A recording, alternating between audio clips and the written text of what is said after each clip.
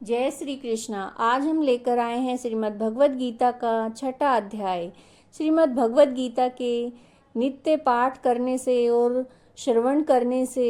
बहुत पुण्य प्राप्त होता है, हमारे तेज में वृद्धि होती है और आसपास का वातावरण भी शुद्ध होता है।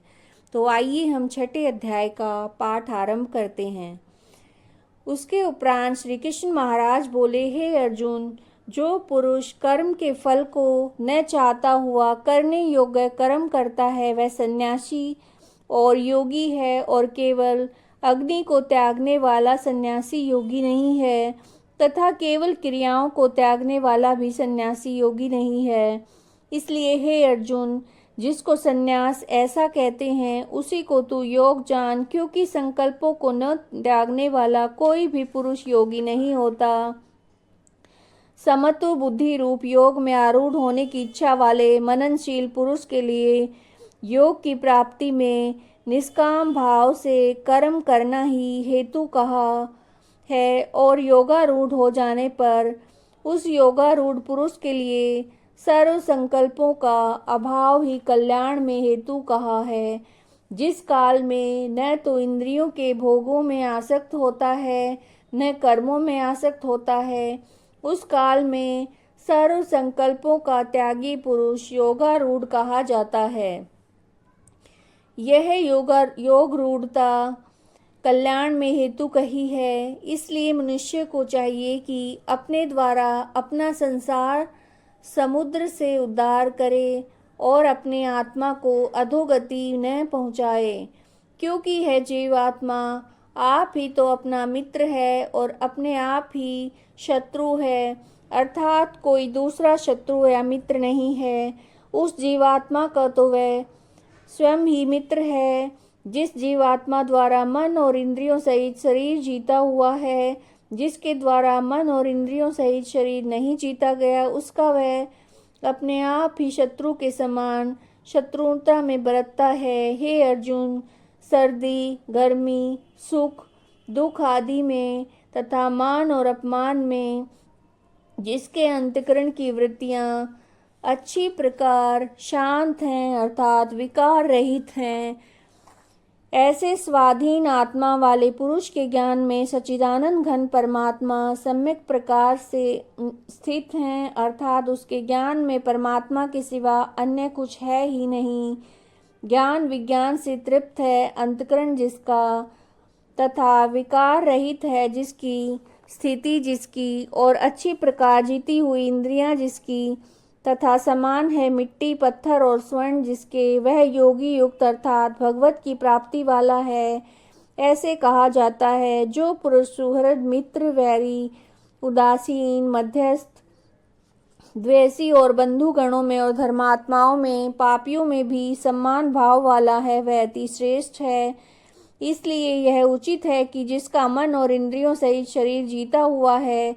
ऐसा वासना रहित और संग्रह रहित योगी अकेला ही एकांत स्थान में स्थित हुआ निरंतर आत्मा को परमेश्वर में के ध्यान में लगावे। शुद्ध भूमि में कुशा मृगशाला और वस्त्र हैं उपरोपरि जिसके, ऐसे अपने आसन को न अति ऊंचा और न अति नीचा स्थिर स्थापन करके और उस आसन पर बैठकर तथा मन को एकाग्र करके चित्त और इंद्रियों की क्रियाओं को वश में किया हुआ अंतःकरण की शुद्धि के लिए योग का अभ्यास करे। उसकी विधि इस प्रकार है कि काया, सिर और ग्रीवा को समान और अचल धारण किए हुए दृढ़ होकर अपनी नासिका के अग्रभाग को देखकर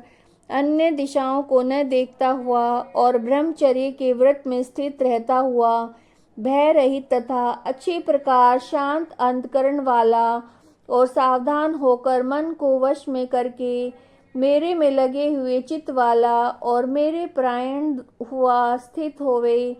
इस प्रकार आत्मा को निरंतर परमेश्वर के स्वरूप में लगाता हुआ स्वाधीन मन वाला योगी मेरे में स्थित स्थिति रूप परमानंद पराकाष्ठा वाली शांति को प्राप्त होता है। परंतु हे अर्जुन, यह योग न तो बहुत खाने वाले का सिद्ध होता है और न ही बिल्कुल न खाने वाले का। तथा न अति सहन करने के स्वभाव वाले का और न अत्यंत जागने वाले का सिद्ध होता है। यह दुखों का नाश करने वाला योग तो यथा योग्य आहार और विहार करने का तथा कर्मों में यथा योग्य चेष्टा करने वाले का, यथा योग्य शयन करने तथा जागने वाले का ही सिद्ध होता है। इस प्रकार योग के अभ्यास से अत्यंत वश में किया हुआ चित्त जिस काल में परमात्मा में भली प्रकार स्थित हो जाता है, उस काल में संपूर्ण कामनाओं से स्पृहा रहित हुआ पुरुष योग युक्त ऐसा कहा जाता है। जिस प्रकार वायु रहित स्थान में स्थित दीपक चलायमान नहीं होता है, वैसे ही उपमा परमात्मा के ध्यान में लगे हुए योगी के जीते हुए चित्त की कही गई है। हे अर्जुन, जिस अवस्था में योग के अभ्यास से निरुद्ध हुआ चित्त उपराम हो जाता है और जिस अवस्था में परमेश्वर के ध्यान से शुद्ध हुई सूक्ष्म बुद्धि द्वारा परमात्मा को साक्षात करता हुआ सच्चिदानंद घन परमात्मा में ही संतुष्ट होता है तथा इंद्रियों से अतीत केवल शुद्ध हुई सूक्ष्म बुद्धि द्वारा ग्रहण करने योग्य जो अनंत आनंद है, उसको जिस अवस्था में अनुभव करता है और जिस अवस्था में स्थित हुआ वह योगी भगवत स्वरूप से नहीं चलायमान होता है और परमेश्वर की प्राप्ति रूप जिस लाभ को प्राप्त होकर उससे अधिक दूसरा कुछ भी लाभ नहीं मानता है, वह भगवत प्राप्ति रूप जिस अध्याय में स्थित हुआ योगी बड़े भारी दुख से चलायमान नहीं होता है, जो दुख रूप संसार के संयोग से रहित है तथा जिसका नाम योग है, उसको जानना चाहिए। वह योग न उकताए हुए चित्त से अर्थात तत्पर हुए चित्त से निश्चय पूर्वक करना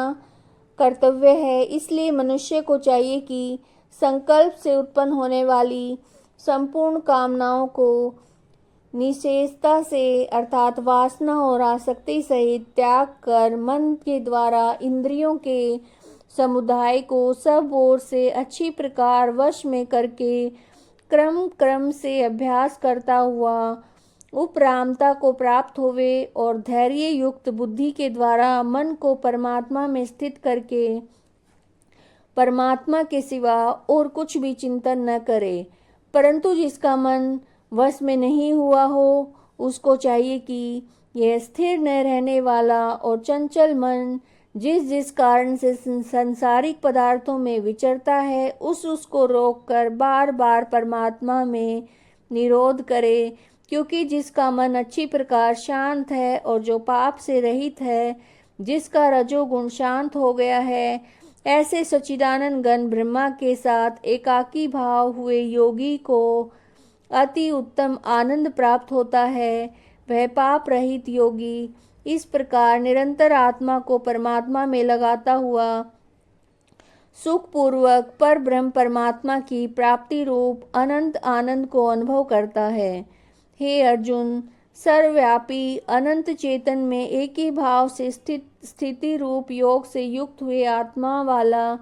तथा सब में समभाव से देखने वाला योगी आत्मा को संपूर्ण भूतों में बर्फ में जल के सदृश व्यापक देखता है और संपूर्ण भूतों को आत्मा में देखता है।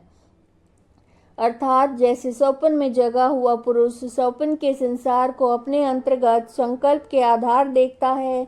वैसे ही वह पुरुष संपूर्ण भूतों को अपने सर्वव्यापी अनंत चेतन आत्मा के अंतर्गत संकल्प के आधार देखता है। जो पुरुष संपूर्ण भूतों में सबके आत्म रूप मुझ वासुदेव को व्यापक देखता है और संपूर्ण भूतों को मुझ वासुदेव के अंतर्गत देखता है, उसके लिए मैं अदृश्य नहीं होता हूँ।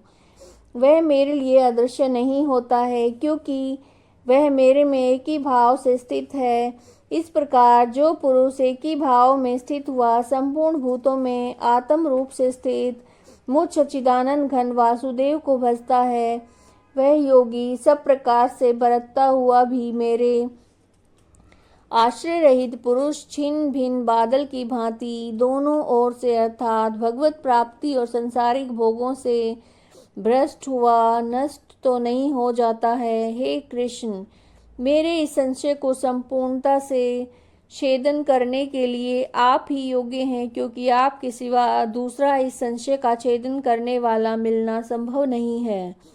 इस प्रकार अर्जुन के पूछने पर श्री कृष्ण भगवान बोले, हे पार्थ, उस पुरुष का न तो इस लोक में न परलोक में नाश होता है, क्योंकि हे प्यारे, कोई भी शुभ कर्म करने वाला अर्थात भगवत कर्म करने वाला दुर्गति को प्राप्त नहीं होता, किंतु वह योग भ्रष्ट पुरुष पुण्यवानों के लोकों को अर्थात स्वर्ग आदि उत्तम लोकों को प्राप्त होकर उनमें बहुत वर्षों तक वास करके शुद्ध आचरण वाले श्रीमान पुरुषों के घर में जन्म लेता है, अथवा वैराग्यवान पुरुष उन लोकों में न जाकर ज्ञानवान योगियों के ही कुल में जन्म लेता है। परंतु इस प्रकार का जो यह जन्म है, जो संसार में निसंदेह अति दुर्लभ है, वह पुरुष वहाँ उस पहले शरीर में साधन किए हुए बुद्धि के संयोग को अर्थात समत्व बुद्धि योग के संस्कारों को अनायास ही प्राप्त हो जाता है। और हे कुरुनंदन, उसके प्रभाव से फिर अच्छी प्रकार भगवत प्राप्ति के निमित्त यत्न करता है। वह विषयों के वश में हुआ भी पहले के अभ्यास से ही निसंदेह भगवत की ओर आकर्षित किया जाता है। समत्व बुद्धि रूप योग का जिज्ञासु भी वेद में कहे हुए सकाम कर्मों के फल को उल्लंघन कर जाता है, जबकि इस प्रकार मंद प्रयत्न करने वाला योगी भी परम गति को प्राप्त हो जाता है। तब क्या कहना कि अनेक जन्मों से अंतकरण की शुद्धि रूप सिद्धि को प्राप्त हुआ और अति प्रयत्न से अभ्यास करने वाला योगी संपूर्ण पापों से अच्छी प्रकार शुद्ध होकर उस साधन के प्रभाव से परम गति को प्राप्त होता है,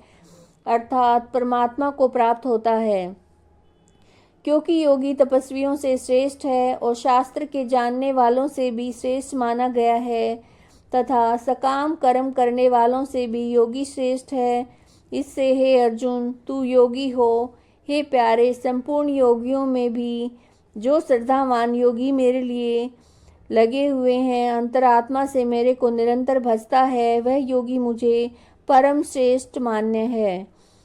यह श्रीमद् भगवद गीता का 6वां अध्याय संपूर्ण हुआ। अगर आपको वीडियो पसंद आई है तो